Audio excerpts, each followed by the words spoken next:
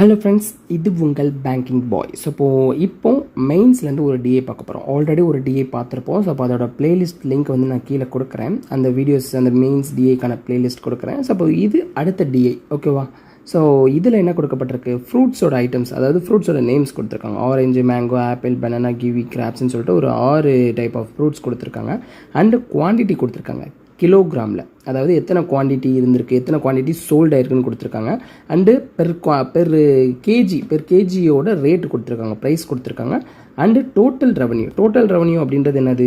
So இதில் price into total quantity, கரெக்டாக per கேஜிக்கான ப்ரைஸ் இன்ட்டு டோட்டல் குவான்டிட்டி தான் நம்மளுக்கு வந்து என்னது டோட்டல் ரெவன்யூவாக இருக்கும். ஸோ இப்போ இதெல்லாம் கொடுத்துருக்காங்க. ஸோ இப்போ இதில் ஒரு சில இடத்துல வந்து மிஸ்ஸிங், அதாவது இந்த டிஐ பேர் வந்து மிஸ்ஸிங் டிஐன்னு சொல்லுவாங்க, ஓகேவா? மிஸ்ஸிங் டிஐனா சம் டேட்டாஸ் வந்து மிஸ்ஸிங்காக இருக்கும். இந்த மிஸ்ஸிங் டேட்டாவை எப்படி நம்ம கண்டுபிடிப்போம்னா, இந்த கொடுக்கப்பட்ட இந்த கிவன்ஸ் நோட்ஸ் இருக்குல்ல, இந்த நோட்ஸ் மூலியமாக அந்த மிஸ் ஆன டேட்டாஸ்லாம் நம்ம வந்து கண்டுபிடிப்போம். அவ்வளோதான், இதுதான் டிஐ. ஸோ இப்போது இதை பார்த்தோன்னே பயந்துடக்கூடாது, எல்லாமே வேரியபிள் XYZ இருக்குன்னு சொல்லிட்டு கன்ஃபியூஸ் ஆகிக்க வேணாம். நம்ம ஸ்டெப் பை ஸ்டெப்பாக சால்வ் பண்ணுவோம், ஒரு அண்டர்ஸ்டாண்டபிள் வரும், எப்படிலாம் அப்ரோச் பண்ணலாம். எல்லாருமே வந்து ஒன் மோர் டைம் வந்து ஒரு வீடியோ அந்த டிஐ போட்டு பார்க்குறது, இல்லை நிறைய வீடியோஸ் இது நிறையா வந்து மெயின்ஸ் சம்ஸாக இந்த மாதிரி எடுத்து போட்டு பார்க்கும்போது தான் ஒரு கிளாரிட்டி கிடைக்கும், ஓகேவா? ஸோ இப்போ ஃபஸ்ட்டு நம்மளுக்கு வந்து இதெல்லாம் கொடுத்துட்டாங்க. ஒன்ஸ் இது நீங்கள் எழுதி வைக்கிறது பெட்டர் தான். ஏன்னா வந்து ஒவ்வொரு டைமும் வந்து டேபிள் பார்த்துட்டு நம்ம பண்ணிக்கிட்டு இருக்கணும் அப்படின்றது இல்லை, ஜஸ்ட்டு நம்ம நோட்லேயே எழுதி வச்சுக்கலாம். ஸோ இப்போ orange, mango, apple, banana, kiwi, grapes, ஓகேவா? ஸோ குவான்டிட்டி டோட்டலாக பார்த்தோம்னா இது எக்ஸு. அடுத்து 2 விட்டு தள்ளி இதை கோடு கூட போட்டு வச்சுக்கலாமா?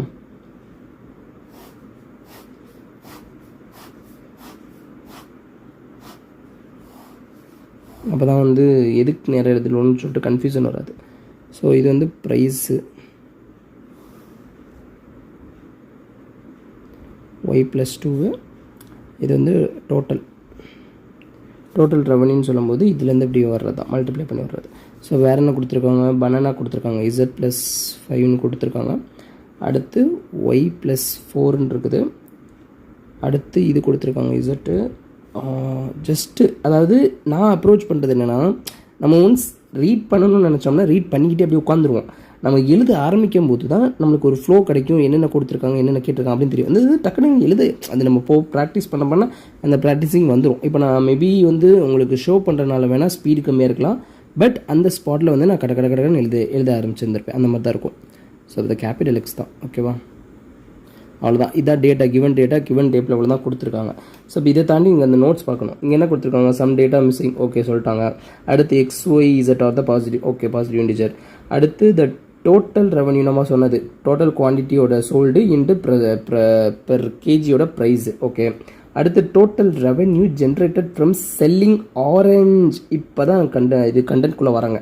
Total revenue generated from selling orange is 20 less than total revenue generated from selling mangoes. So இப்போ இங்கே பாருங்களேன், செல்லிங் மேங்கோஸ் எவ்வளோ, டோட்டல் ரெவன்யூ 12x + 20. இந்த 12x + 20வோட ஆரஞ்சு என்னவா இருக்குதான், 20 கம்மியாக இருக்குன்னு சொல்கிறாங்க, தெரியுதா? 20 less than.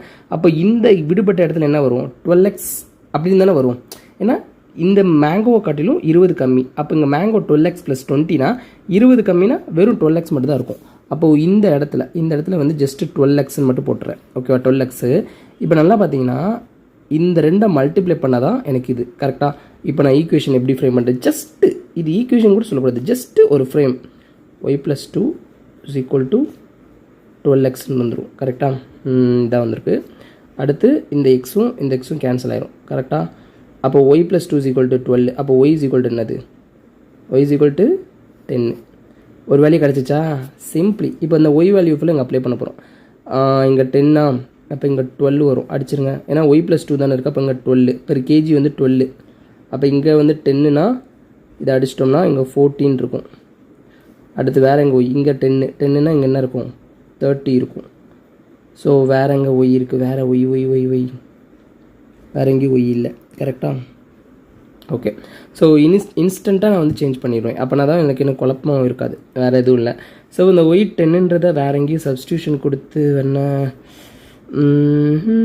வேறு எதுவும் பண்ண முடியாது. சரி, ஓகே. இப்போதைக்கு இந்த டேட்டா முடிஞ்சு அடுத்து என்ன கொடுத்துருக்காங்க, the ratio of total revenue generated from selling banana and kiwi is 28:33. அதாவது டோட்டல் ரெவன்யூ ஜென்ரேட்டட் பை பனானாவுக்கும் கிவிக்கும் உள்ள டோட்டல் ரெவன்யூ கேஸ் பார்க்குறோம். அது வந்து என்னென்னா 28:33. ஓகேவா? ஸோ அங்கே இதில் டோட்டல் ரெவன்யூ என்னென்னு பாருங்களேன். Z + 5 × 14. இதுதான் டோட்டல் ரெவன்யூ இங்கே வரக்கூடியது. கரெக்டாக இந்த ரெவன்யூக்கும் அடுத்து இதுக்கான டோட்டல் ரெவன்யூ கிவிக்கும் இது ரெண்டுத்துக்குள்ள ரேஷியோ தான் என்ன கொடுத்துருக்காங்க 28:33. ஸோ இப்போ இதை எவ்வளோ அழகாக எழுதுகிறோன்னு பாருங்கள். Z + 5 14 இதுக்கும் ஆல்ரெடி இருக்க 20Z + 30 தானே 30க்கும் டோட்டல் ரெவன்யூ என்னது ரேஷியோவில் 28:33. ஓகேவா? இப்படி தானே இருக்குது. இதுதான் கரெக்டாக தான் இருக்கா? வேறு எந்த சேஞ்சஸ் இல்லை. ஓகே இதுதான். ஸோ பனானாக்கும் கிவிக்கும் இப்போ இதை கேன்சல் பண்ணணும். இது வந்து 2 இதை கிராஸ் மல்டிப்ளை பண்ணிட்டோம் அப்படின்னா 33Z + 165. ஓகேவா? = இதை கிராஸ் மல்டிப்ளை பண்ணணும் 40Z + 60. அப்போ அவங்க கழிச்சோம் அப்படின்னா இவன் எங்கிட்ட வந்துடுவானா 7Z = 60 இங்கே வந்துருச்சுன்னா 5 105. அப்போ இசட்டோட வேல்யூ என்னது? இசட்டோட வந்து 15. இசட்டோடது 15. இது எங்கே எழுதி வச்சுக்கோங்க. மொத்தமாக இசட்டோடது 15. இப்போ இசட்டோட 15ன்ற அந்த வேல்யூ மாற்றிடுவோமா? ஸோ இப்போ இதை அடிச்சுட்டு 15 இதை அடிச்சுட்டு 20. அப்போ டோட்டல் எவ்வளோ ரெவன்யூ 20 × 14 280. அப்போ இங்கே இசட் வந்து என்ன வந்து 15னா 330. அப்போ 330. இப்போ இங்கே 330 இங்கே 30. அப்போ ப்ரைஸ் என்னவாக இருக்கும்? கண்டிப்பாக 11. அவ்வளோதான். 3 × 11 தானே 330. அவ்வளோதான். வேறு எங்கே இசட் இருக்குது? வேறு எங்கே இசட் இல்லை. ஓகே சூப்பராக நல்லா முடிஞ்சா சூப்பராக வந்துக்கிட்டு இருக்கா? ஓகே அடுத்த கடைசி பாயிண்ட். இந்த price per KG of grapes வந்து 9 more than price per KG of kiwi. Price per KG of kiwi என்ன இப்போ தான் கண்டுபிடிச்சோம் 11. இதிலிருந்து 9 more than 20. இந்த 20 தான் என்னதுன்னா price per KG of grapes என்னது ப்ரைஸ் பெர் கேஜி x/2. அப்போ எக்ஸ் என்னது இதுலேருந்து கண்டுபிடிச்சிடலாம்ல 40. அப்போ எக்ஸ் வந்து 40. எக்ஸ் 40னா x/2 என்னது? x/2 வந்து 20 தான். x/2 20. எங்கே எக்ஸ் 40. அப்போ 40னா டோட்டல் ரெவன்யூ இங்கே என்னது 480. ஓகேவா? 480. இங்கே எக்ஸ் 40னா 480 அப்போ 500. வேறு எங்கே எக்ஸ் இருக்குது? வேறு அவ்வளோதான். கொடுத்த டேட்டா வச்சு நம்மளால் முடிஞ்ச அளவுக்கு கான்செப்டை கண்டுபிடிச்சி இது இவ்வளோ தான் இருக்குன்னு நினைக்கிறேன். வேறு எதுவுமே இல்லை. 40 எல்லாமே கண்டுபிடிச்சாச்சு. 500. இது இப்போ மிச்சம் இருக்கிறது ஃபுல்லாமே கேள்வியிலேருந்து மூவ் ஆகும். ஸோ இவ்வளோ தான் இந்த டேட்டா இந்த டிஏ உடைச்சாச்சு. இப்போ நம்ம கேள்வியிலேருந்து எப்படி மூவ் பண்ணலாம் அப்படின்றத பார்க்கலாம். ஓகேவா? ஸோ இதுக்கு தெரிந்து வேறு எதுவும் இல்லை. ஸோ கேள்வியிலேருந்து எப்படின்னு பார்ப்போம். ஓகே இப்போ கொஸ்டின் பாருங்கள். Have the total revenue generated from the selling apples been x - 10%. x - 10%னா x என்னது இங்கே 40. அப்போ 40 - 10னா 30%. 30% of total revenue generated from mangoes. ஓகேவா? ஸோ அப்போ மேங்கோஸ் பார்த்தோம்னா இதான் மேங்கோஸ். கரெக்டாக இதான் மேங்கோஸ். ஒரு வாட்டி கன்ஃபார்ம் பண்ணிக்கவும். ஸோ மேங்கோஸ் ஆமாம் ரெண்டாவது இருக்கதா mangoes. Okay so total revenue generated இது பார்த்தோம்னா ஓகே 30% ஆஃப் மேங்கோ. ஸோ இப்போ மேங்கோக்கு எவ்வளோன்னு பார்த்தோம்னா 500. கரெக்டாக இந்த 500ல் 30%னா என்னது? 500ல் 30%னா 150. இப்போ 150 என்ன 150ன்னு பார்த்தோம்னா ஆப்பிளோட டோட்டல் ரெவன்யூ வந்து 150. அப்போது டோட்டல் ரெவன்யூ 150 per kg 15னா அப்போ டோட்டல் குவான்டிட்டி என்னது 10. கரெக்டாக 10 சும்மா 10ன்னு எழுதிக்கோங்க. டோட்டல் குவான்டிட்டி ஆஃப் ஆப்பிள் வந்து ஆப்பிளோட டோட்டல் குவான்டிட்டி இது வந்து டோட்டல் குவான்டிட்டி ஆஃப் ஆப்பிள். ஓகேவா? ஸோ இப்போ குவான்டிட்டி ஆஃப் ஆப்பிள் வந்து என்னென்னு பார்த்தோம்னா 10 kg இருக்குது. பெர் கேஜி 15க்கு சொல்லும்போது நம்மளுக்கு வந்து 150ன்னு சொல்லிட்டு ரேட் வந்துடும். ஓகே இவங்க என்ன இப்போ சொல்லியிருக்காங்க பார்த்தோம்னா அடுத்து குவான்டிட்டி சோல்ட் ஆஃப் ஆப்பிள் வந்து 1/5 ஆஃப் குவான்டிட்டி சோல்ட் ஆஃப் மேங்கோவோட குவான்டிட்டி கொடுக்கல. கரெக்டாக? ஆனால் மேங்கோட குவான்டிட்டி எப்படி இருக்குதான்? அதாவது ஆப்பிளோட குவான்டிட்டி வந்து 1/5 ஆஃப் த மேங்கோ. அப்போ இந்த மேங்கோக்கு 1/5 தான் இந்த 10. அப்போது மேங்கோ என்னவாக இருக்கும்? மேங்கோ வந்து 50 இருக்கும். ஓகே மேங்கோ வந்து 50. இப்போ என்ன கேட்குறாங்க? Find the price per KG of mango. இப்போது 50 குவான்டிட்டியாக இருக்கிறது 500 ரூபாய்க்கு டோட்டலாக செல் ஆகுது. அப்போ ப்ரைஸ் என்னவாக இருக்கும்? பெர் கேஜி 10 இருக்கும். அப்போ 10 தான் ஆன்சர். அவ்வளோதான். ஸோ 10 தான் ஆன்சர். ரொம்ப சிம்பிளான சம். இப்போ இந்த செகண்ட் சம் பார்த்தீங்கன்னா செகண்ட் சம் வந்து நம்மளுக்கு வந்து எல்லாமே ட்ரையல் அண்ட் எரர் தான். அவங்க என்ன கொடுத்துருக்காங்க? இந்த quantity of kiwi and grapes grapes அதோட வந்து ஆவரேஜ் வந்து என்னென்னு தெரியாது டேஸ். அப்போ இந்த டேஸில் வந்து ஒவ்வொரு வேல்யூவாக வச்சு பார்க்கணும். ஸோ ஃபஸ்ட்டு வந்து இது ரெண்டுத்தோட ஆவரேஜ் குவான்டிட்டி வந்து 45 எடுத்துக்கிறேன். அப்போ ஃபஸ்ட்டு டேஸில் வந்து 45னா டோட்டல் ஆவரேஜ்னா 90. அப்போ 90னா டோட்டலாக 90னா அப்போ கிவிக்கு என்னது, கிவிக்கு ஆல்ரெடி கொடுத்துருக்காங்க 30. அப்போ கிவிக்கு 30. அப்போ ரிமைனிங் இருக்க இதுதான் கிரேப்ஸுக்கு. இது ஒரு பாசிபிலிட்டி, ஒரு ஆப்ஷனாக. அடுத்து செகண்ட் 50. அப்போ 50 வந்து டோட்டல்னா இப்போ டோட்டலாக 100. அதாவது 50 ஆவரேஜ்னா டோட்டலாக 100. அப்போ இங்கே 30 வரும், இங்கே மிச்சம் 70 இருக்கும். அடுத்து தேர்ட் ஒன்று என்னது 40. அப்போ 40னா டோட்டல் வந்து 80. இப்போ 80ல் இங்கே 30னா இங்கே 50. அப்போ இது ஃபுல்லாமே கிரேப்ஸோட குவான்டிட்டி கொடுக்கல, பட் நம்ம ரேண்டமாக எடுத்துக்கிட்டு அடுத்து the ratio of the total revenue generated from selling banana and grapes. இப்போ டோட்டல் ரெவன்யூ பனானாவுக்கும் கிரேப்ஸ்க்கும் பார்க்குறோம். பனானாக்கு ஆல்ரெடி டோட்டல் ரெவன்யூ இருக்குது, கிரேப்ஸுக்கு டோட்டல் ரெவன்யூ இல்லை. ஆனால் கிரேப்ஸுக்கு ஒரு வேரியஸில் வந்து நம்மளுக்கு குவான்டிட்டி இருக்குது. அப்போ இந்த ஒவ்வொரு குவான்டிட்டியுமே இந்த ப்ரைஸ் கூட கம்பேர் பண்ணி டோட்டல் ரெவன்யூ ஜென்ரேட் பண்ணுறோம். இப்போ ஒன்று 60ன்றதை நான் ஃபஸ்ட்டு குவான்டிட்டின்னு வச்சேன்னா அப்போ 60 × 20 என்னது 1200. இது ஒரு ரெவன்யூ. அடுத்து 70 × 20 1400. இது ஒரு ரெவன்யூவா. அடுத்து 50 × 20 அப்போனா 1000. ஓகேவா, இது ஒரு ரெவன்யூ. அப்போ 3 ரெவன்யூ வந்திருக்கு. இப்போ இந்த 3 ரெவன்யூ கூட தான் கம்பேர் பண்ண போகிறோம். இந்த 3மே எதை சொல்லுதுன்னா இந்த 1 2 3 அப்படின்ற இந்த 3 ஆப்ஷனை சொல்லுது. ஸோ இப்போ 3 ஆப்ஷனில் ஏதாச்சுமே சாட்டிஸ்ஃபைட் ஆகலாம், இல்லை 3மே சாட்டிஸ்ஃபைட் ஆகலாம். கரெக்டாக. ஸோ இப்போ இது கூட யாரை கம்பேர் பண்ணணும், பனானாவோட டோட்டலை. அப்போ பனானாவோட டோட்டல்னா 280. ஸோ ரேஷியோ நமக்கு கீழே கொடுக்கப்பட்ட மாதிரி வருதான்னு பார்க்கணும். ஸோ இப்போ கேன்சல் பண்ணுங்கள்.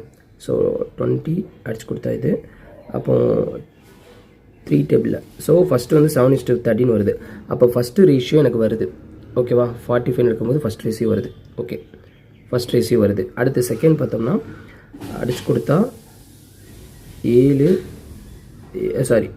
12 20 7:35 தான் வருது. 1:5 வருது. ஆனால் அங்கே இல்லை. ஓகே, அடுத்து இதை அடிச்சு கொடுத்தோம்னா 7:25 வருது. இருக்குதா? ஸோ இதுவும் இருக்குது. அப்போ ஆன்சர் என்னது, போத் 1 and 3. அவ்வளோதான், இப்படி தான் செய்யணும். ஓகேவா. ஸோ ஓகே, இப்போ அடுத்த சம் என்ன சொல்லியிருக்காங்க பாருங்கள்.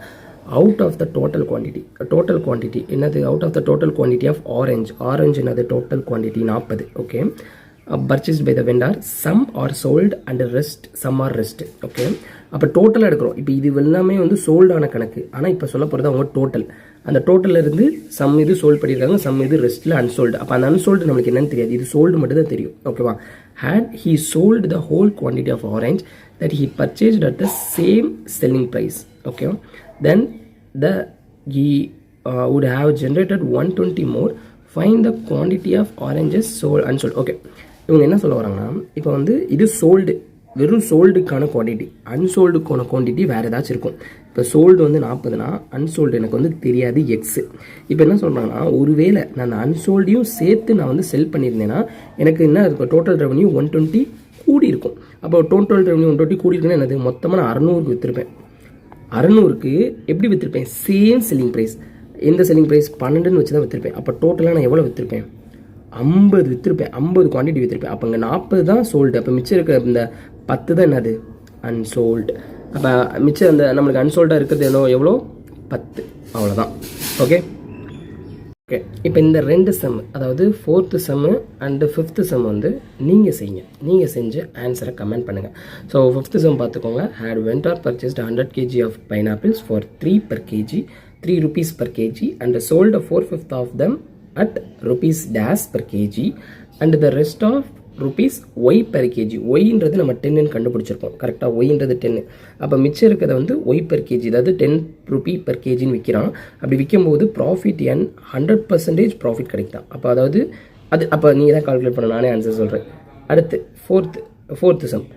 If each kg of kiwi was sold by the vendor at 10% profit and the vendor bears an overall loss of 270 rupees and the total quantity of bananas and kiwi are purchased by the vendor are equal, then find the ratio of the quantity of banana to kiwi unsold by the vendor. So இப்போ இந்த ratio என்னன்னு கேட்குறாங்க. ஓகேவா, இந்த 4, 5 இந்த 2 சமம் வந்து செஞ்சுக்கோங்க. ஸோ இப்போ இதுதான் நம்மளோட டேட்டாஸ். இந்த டேட்டா நோட் பண்ணி வச்சுக்கோங்க. அண்ட் இது ஒய், இசட், எக்ஸ் 3மே இருக்குது. ஓகேவா. ஸோ இப்போ இதை வச்சு 4 and 5 செஞ்சுட்டு ஆன்சரை கமெண்ட் பண்ணுங்கள். டவுட்னாலும் கமெண்ட் பண்ணுங்கள், நான் கண்டிப்பாக கிளாரிஃபை பண்ணுவேன். Okay, thank you.